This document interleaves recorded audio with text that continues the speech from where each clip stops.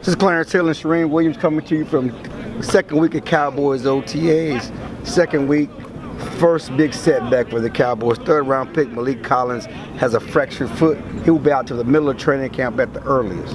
Yeah, it looks like he's going to be out a while, and you know they're going to be cautious with him when he comes back. And it's always hard for defensive linemen anyway to be productive in their rookie year.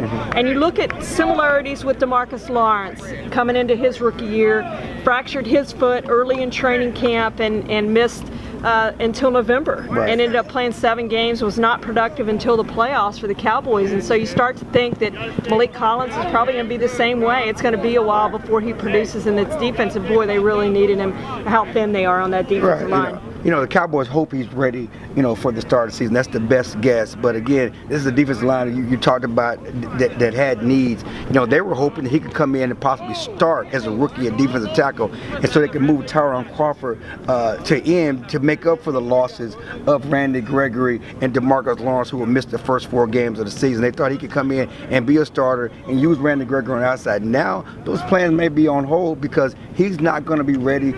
We talked about it training camp, but he's not going to be up to speed to start the season. So who's going to be there? Who's going to be that guy that's going to help up and make up for those losses, those 2 guys on the outside, if you can't move Crawford outside? And the other thing is, it puts more pressure on Charles Tapper, their 4th round pick, right, to come in and really play the Oklahoma defensive end. That they're going to have his help at defensive end in those first few games to get this thing done. They're already thin there, as we said, the first 4 games. They had 31 sacks last season after having 28 the year before. They just haven't been able to put pressure on the quarterback, and with all these setbacks that they've had in this defensive line this offseason, I don't see how they're going to get any more pressure on the quarterback this season unless they go out and find somebody. And they've done it before. Remember George Selvey from a couple years ago signed late, July 31st of a couple years ago, and came in and was pretty productive for them. So there may be somebody sitting out there that they can get for help, but there's not a Von Miller out there. There's not a guy that's going to be dominant, that's going to come in and get to the quarterback every play. Well, yeah, and that's been my biggest criticism for everything they've done this offseason. Certainly,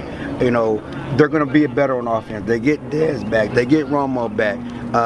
Certainly, the 3rd round pick, the 4th overall pick is going to help, that offense, that running game. But until you improve that defense, until you finally get a pass rusher to stop somebody and get to the quarterback, there's a ceiling on how far this team can go. Remember, 2014, when they had the great offense, they had DeMarco Murray running for 1,845 yards. The reason they didn't get further than the divisional playoffs against Green Bay is because they couldn't get to the quarterback.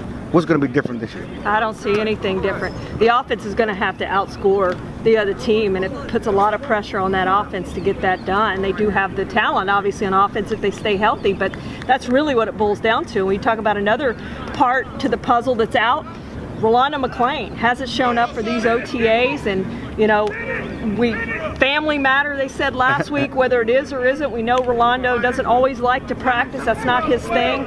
He needs to be here with his teammates. Right, yeah, he's rehabbing anyway, but yeah, he doesn't like to be here. But again, those are bugaboos this team has to overcome. Again, if you're going to win, you got to stop somebody on defense. This is Clarence Hill, Charean Williams.